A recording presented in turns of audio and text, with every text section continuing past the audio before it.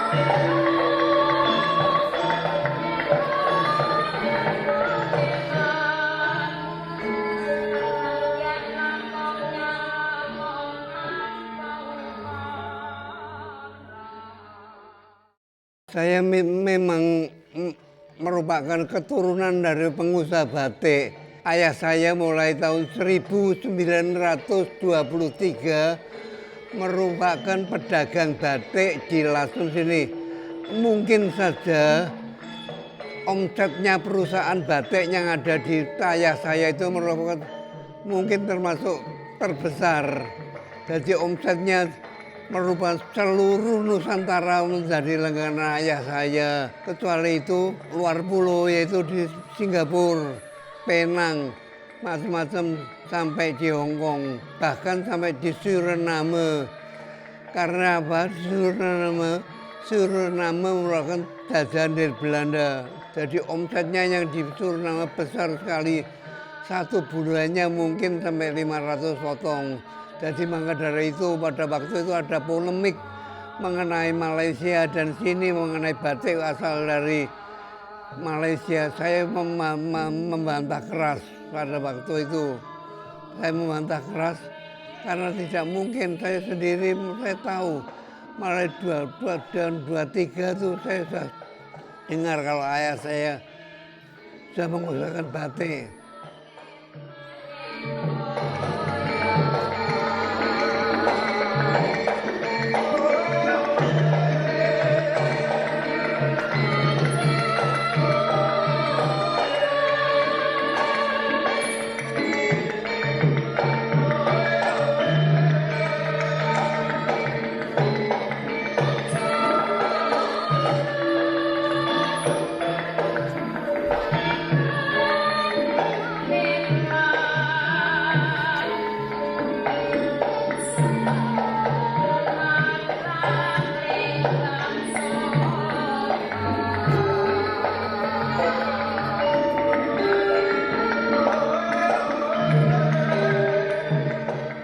batik tiga negeri dahulu itu kan batik yang berasal dari 3 daerah yang berbeda. Karena dulu tuh hanya Lasem bisa mewarna merah, yang biru mereka bisa ke Pekalongan, yang coklat mereka ke Solo. Nah, namanya karena mereka mau dinamai apa sih ini batik? Mereka sebutlah itu tercetus batik 3 negara atau batik 3 negeri. Tapi dahulu batik 3 negeri bukan seperti batik 3 negeri sekarang. Dahulu batik 3 negeri itu sebuah kebanggaan yang mungkin tidak bisa terukur nilai harganya. Sekarang kan untuk komoditi, pasarnya lebih banyak ini loh jumlahnya. Dulu mereka membuatnya kan mungkin ya 2, 3 karena mereka yang sudah kaya kaum bangsawan bisa naik kuda, yang orang-orang biasa kan mereka jalan kaki. Mereka kan ini loh kebanggaan saya ini loh punya batik 3 negeri, bukan untuk ini untuk dipasarkan atau untuk komoditi. Kalau sekarang kan untuk komoditi.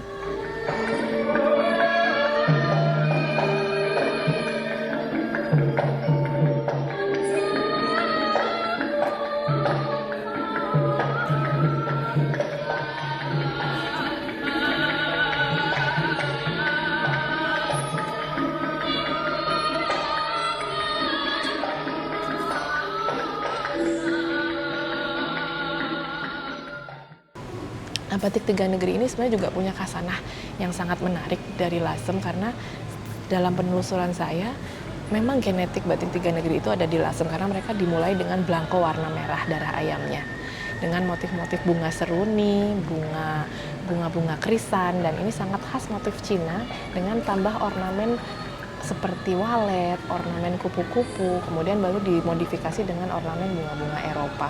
Dan ini menurut saya, sejauh penelitian saya terkait dengan motif-motif Tionghoa yang ada di khasanah batik Lasem, ini sangat terkait erat dengan background latar belakang kebudayaan masyarakat Cina yang menganggap bahwa kombinasi antara yin dan yang, kekuatan antara yang menyerap dan memancar kekuatan laki-laki dan perempuan, ini merupakan konsep harmonisasi yang dituangkan dalam batik Lasem.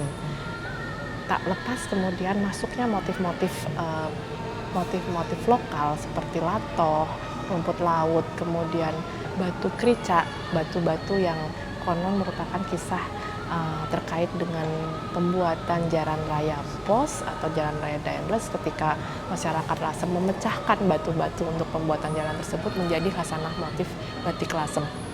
Nah, lambat laun batik dengan warna-warna alami, karena warna merahnya dari mengkudu, birunya dari indigo, dan sogannya juga dari warna kayu sogan, ini makin lama berkurang, sehingga peminatnya pun berkurang.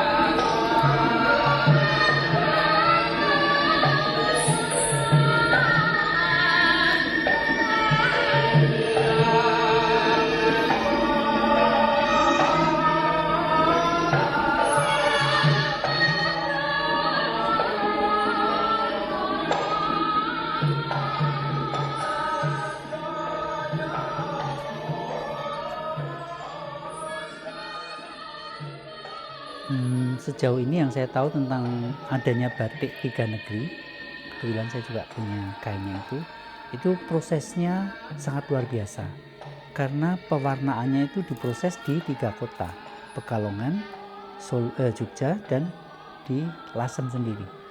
Kalau di Pekalongan cenderungnya untuk warna-warna yang cenderung biru ya atau indigo. Kemudian ke Jogja itu ke arah yang sugan-sugan yang warna coklat, lalu lasem itu warna merahnya yang spesial. Jadi zaman dulu kalau membuat batik tiga negeri itu bisa sampai 1 tahun mungkin. Karena pertama kali pewarnaan di Pekalongan misalnya, kemudian dibawa dari Pekalongan ke Jogja atau Solo. Nah itu perjalanannya kan makan waktu berapa bulan kadang-kadang. Dulu kan transportasi belum seperti sekarang. Masih diproses, kemudian dari Jawa Tengah dibawa ke Lasem, dari Jogja atau Solo itu dibawa ke Lasem. Itu juga makan waktu yang panjang juga, sehingga sangat luar biasa. Setelah itu terus dikembalikan lagi ke Pekalongan setelah pewarnaan itu. Jadi muncullah batik tiga negeri yang sangat dikenal. Kalau sebenarnya saya bukan expert di bidang batik, cuman setahu saya bahwa yang saya ketahui tentang batik Lasem adalah di Lasem itu punya pewarnaan yang sangat berbeda dengan daerah lain, punya ciri khas warna dan motif yang tidak didapatkan di daerah lain.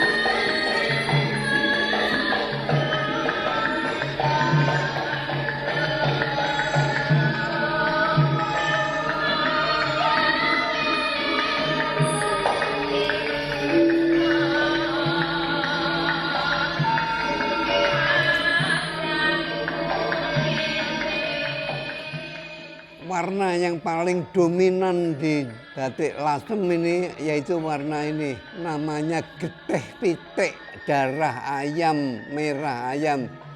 Sumber airnya air yang keluar dari sumber Lasem sini ada suatu mineral yang tertentu yang kalau dipersamakan dengan warna cat bisa menghasilkan warna yang sebagus ini.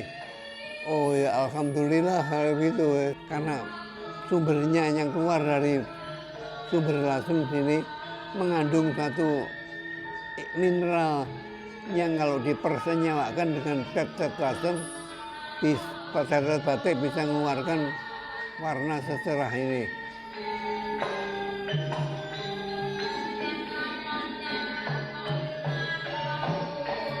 Saya pernah membuktikan sendiri, Mas. Saya dulu kan pernah ngajar di Boyolali. Saya mengajar itu, saya bawa air loh, Mas, di sini. Betul-betul bawa air, atau jerigen yang 5 kilo itu. Saya bawa ke sana.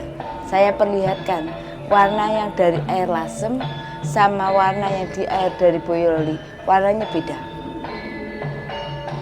Karena kadar kalorinya di sini lebih tinggi, Mas, dibanding dengan yang lain.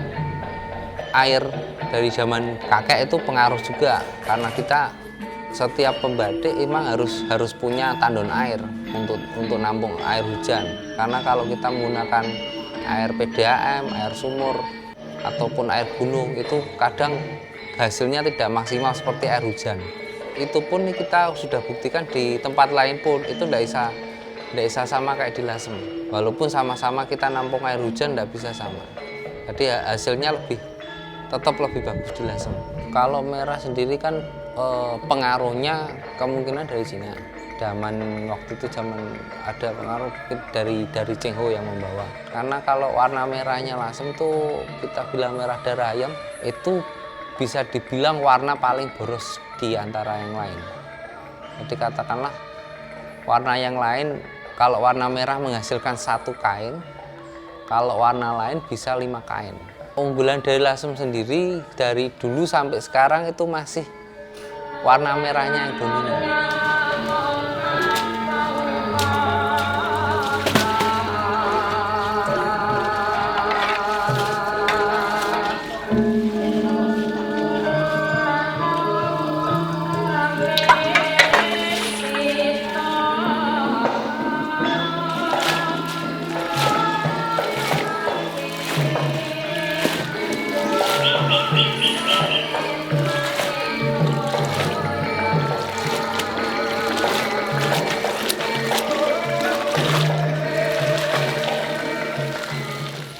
akhir abad 19 sampai awal abad 20, batik lasem tentu masih didominasi dengan para pengusaha Tionghoa atau pengusaha Cina.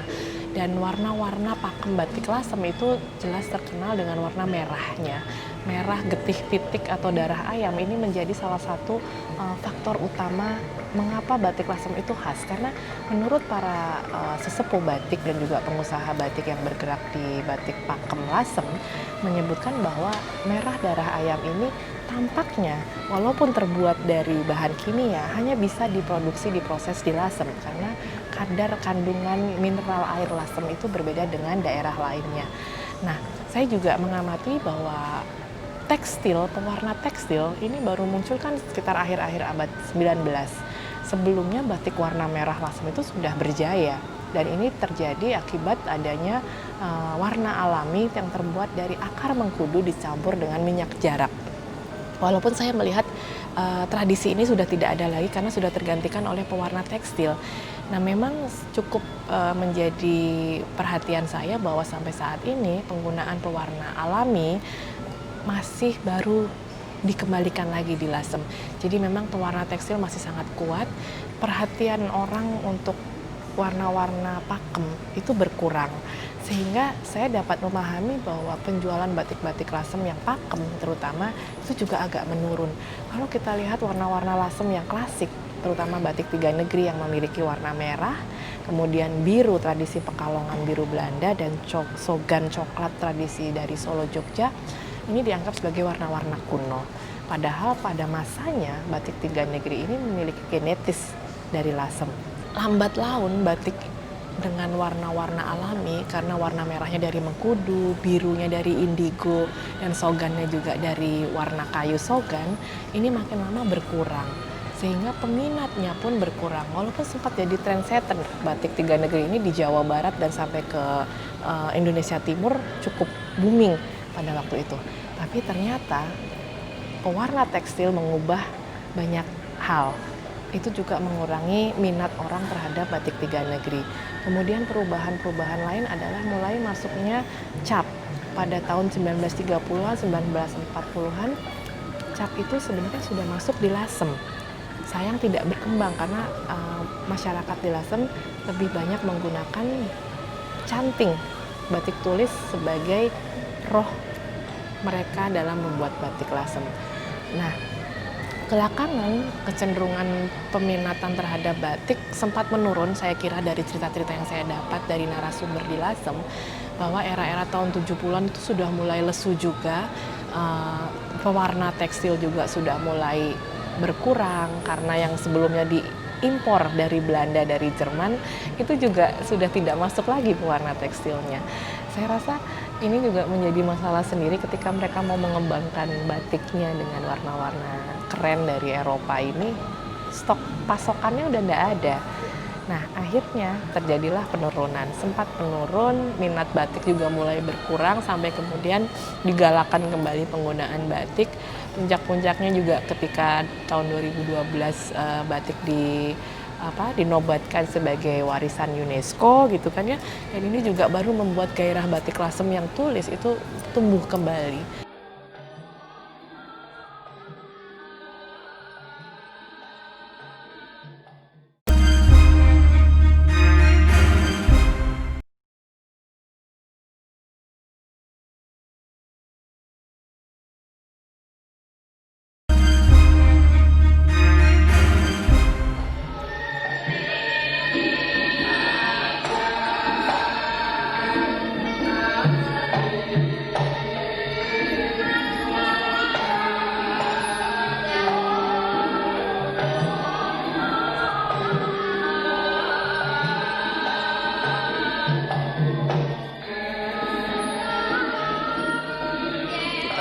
Batik ada lima kategori. Satu di kain itu primis atau prima. Kain prima sama primis, kalau kain prima itu lebih tebal, kain primis lebih tipis. Cuma kalau untuk di segi kalau dipakai itu lebih lembutan yang primis. Kalau prima itu kayak masih ada bulu handuknya itu. Yang kedua dicanting. Canting itu kecil-kecil atau besar-besar. Semakin kecil dia semakin premium. Canting seperti ini bisa dibilang kalau yang tak pakai ini kan cantingnya besar-besar. Jadi lebih ada tempat, ada celahnya untuk warna. Tapi kalau yang kecil-kecil itu rapet titikan semua. Jadi penuh dengan cantingan. Kalau yang dibilang kalau dibilang besar enggak, itu dari ukuran batiknya saja sudah kelihatan. Yang ketiga di motif. Motif itu masuk kontemporer atau klasik. Klasik bisa dibilang ada yang tahun 1900, 1800. Motif ada pengaruh dari Cina, ada pengaruh dari Belanda. Biasanya kalau kita ngomong klasik itu pasti ada bunga besar. Kalau zaman dulu kan memang dibikin kain, dibikin jarik. Jadi motifnya ada yang bunga seruni, ada yang bilang bunga krisan, ataupun ada yang bilang bunga matahari. Itu kalau kita ngomong klasik. Kalau ngomong kontemporer itu condongnya dia gunanya untuk fashion, jadi untuk baju, khusus untuk dipotong-potong kalau kontemporer. Tapi kalau klasik emang untuk kain aja. Keempat, di warna. Warna ini juga menentukan karena tidak semua katakanlah ada warna merah. Warna merah itu setiap produsen beda-beda. Semakin dia warnanya semakin bagus dan sulit untuk ditiru, semakin premium harganya. Kadang untuk warna untuk kain primis itu warna kita lebih banyak. Di samping itu juga hasilnya juga lebih bagus. Yang kelima, dinilai motif itu ada nilai sejarahnya enggak, ada filosofinya enggak. Kalau filosofinya dia itu tentang kehidupan sehari-hari, bisa sejarah pahlawan, bisa, itu sih untuk kita menilai batik itu di harga berapa.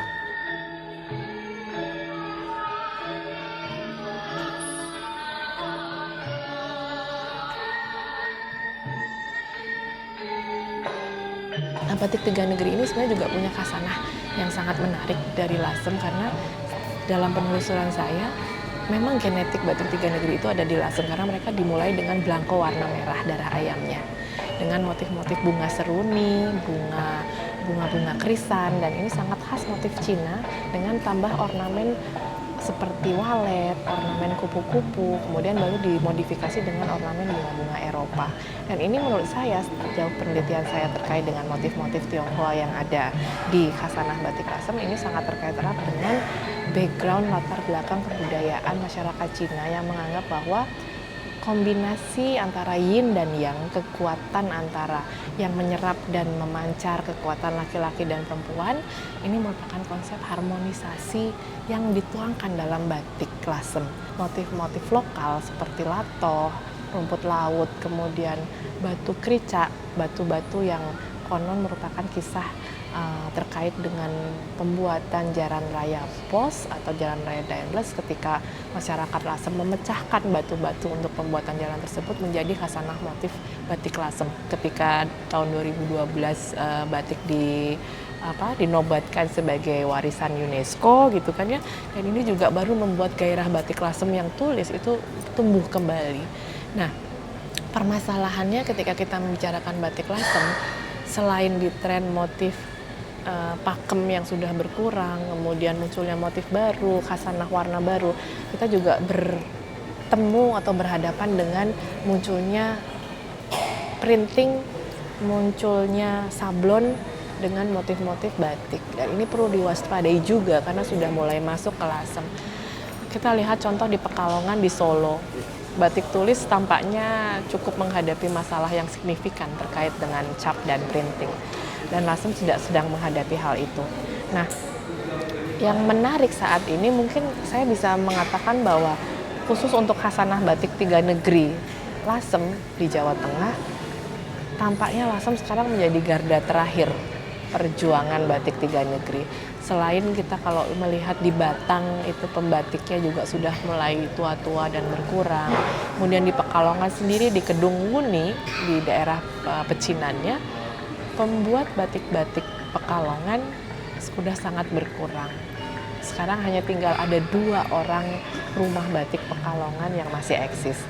Nah, ini juga jadi permasalahan. Saya kira Lasem masih cukup kuat, hanya saja memang mengalami kendala regenerasi ya. Orang-orang tua yang membatik, kemudian kurangnya minat anak-anak muda untuk menjadi pembatik karena mereka lebih suka untuk memegang gadget atau handphone atau bekerja di pabrik dan seterusnya. Jadi pertama itu tujuan saya pulang ke sini, saya lihat itu regenerasi batik Lasem yang betul-betul memegang pakem klasik itu cuman ada beberapa. Jadi dari 70 perusahaan Lasem itu mungkin cuman bisa dihitung dengan jari, entah itu 2 atau 3 perusahaan yang memang memegang pakem batik Lasem lawasan itu. Masalah batik itu ya dari kakek saya itu, kenapa kok beliau ini bisa mempunyai motif yang sangat khas itu, saya kepingin terus belajar dari situnya. Tapi setelah saya melihat batik Lasem ada indahnya corak itu, macam-macam motif, terus pewarnaannya yang gelap tapi hidup itu tadi yang membuat saya pengen belajar itu tadi. Dari motifnya itu emang benar-benar ada suatu filosofi tersendiri gitu. Bagaimana kita bisa membawa batik yang klasik itu menjadi batik yang bisa diterima oleh masyarakat modern tadi. Kita harus memikirkan bagaimana motif, bagaimana pewarnaan itu biar tetap mempunyai nilai batik yang kuno tadi, tapi tetap bisa mempunyai bisa diterima sama masyarakat modern yang madani sekarang itu. Kalau kita kembali ke anak muda, itu berarti kita harus tanamkan dulu rasa nasionalismenya dulu.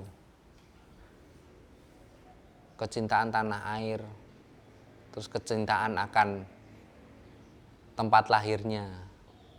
Seorang itu sudah keinginan nih keluar kota, kita agak sulit.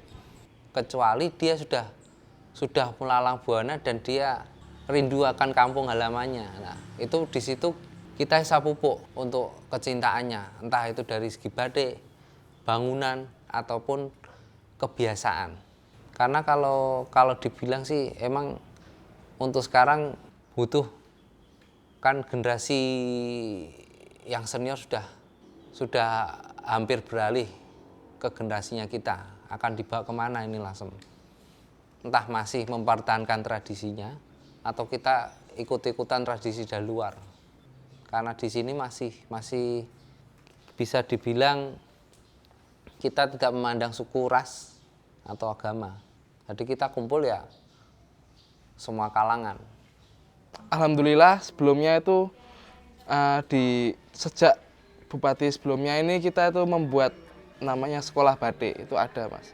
Terus lalu batik itu dimasukkan di muatan lokal wajib di setiap sekolah itu. Khususnya di kejuruan sama di SMA itu Pak. Jadi batik itu sebuah sesuatu yang seolah-olah batik sangat mulia itu Pak. Untuk ke depan itu tadi Pak, kita mempertahankan dengan mengajak generasi muda-mudi itu untuk kursus batik tadi. Kursus batik itu emang menjadi program di Lasem khususnya itu Pak. Kursus untuk muda-mudi di luar di sekolah kita masukkan di muatan lokal, lalu untuk di luar sekolah kita masukkan di kursus batik itu. Kalau dulu ada yang namanya sanggar tari, kita buat yang namanya sanggar batik. Harapan saya untuk selalu diterapkan bahwa harus semua pada cinta batik Indonesia, terutama batik tulis, dan saya tetap berharap dari Dekdipu juga tetap menganjurkan di setiap sekolah ekstrakurikulernya yang pertama salah satunya batik. Di mana ekstrakurikuler batik itu saya punya keinginan, jadi punya impian lah. Jikalau ada yang melanjutkan, dia kan juga tetap berpengalaman di batik. Yang tidak bisa melanjutkan, mereka kan bisa juga membatik Mas. Dan membatik sekarang itu upahnya juga bukan murah ya hitungannya. Samalah dibandingkan UMR lah, masih saya ngomong masih agak tinggian di batik. Jadi daripada bekerja di luar kan lebih baik bekerja di sini.